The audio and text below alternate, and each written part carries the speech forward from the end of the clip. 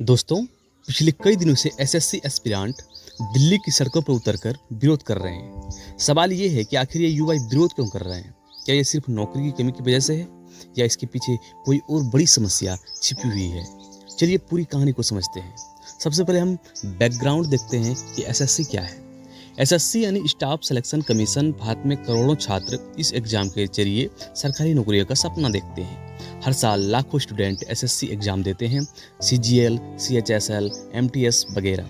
ये exam graduate और 12th पास student के लिए बहुत बड़ा करियर ऑप्शन है। लेकिन इसमें प्रॉब्लम कहाँ है?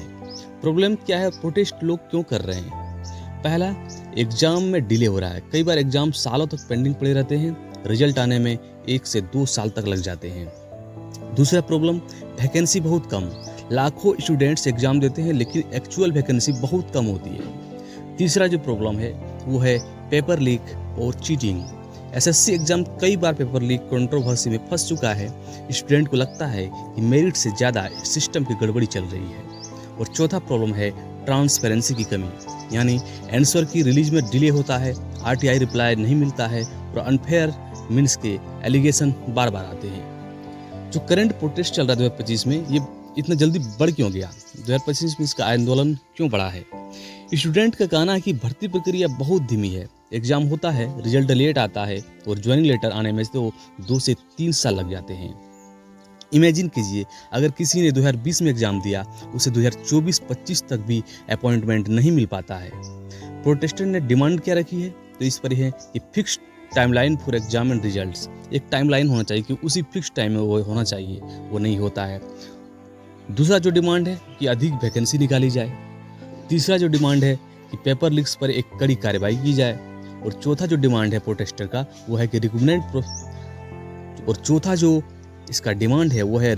प्रोसेस को ट्रांसपेरेंट बनाना चाहिए।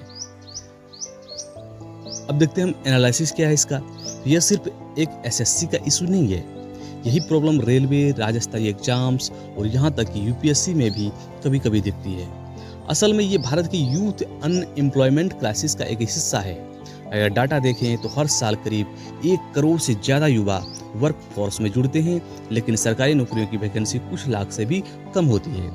प्राइवेट सेक्टर भी उतना ही एब्जॉर्ब नहीं कर पा रहा है। यानी स्टूडेंट फ्रस्ट्रेशन में प्रोटेस्ट कर रहे हैं क्योंकि उनकी उम्मीदें वर्सेस हकीकत का गैप बहुत बड़ा है।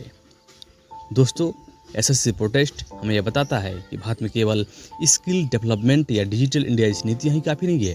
असली ज़रूरत है रिक्रूटमेंट प्रोसेस में स्पीड और ट्रांसपेरेंसी लाने की, क्योंकि यूथ अगर उम्मीद खो देंगे तो इसका सीधा असर देश की इकोनॉमी और डेमोक्रेसी पर दोनों पर पड़ेगा।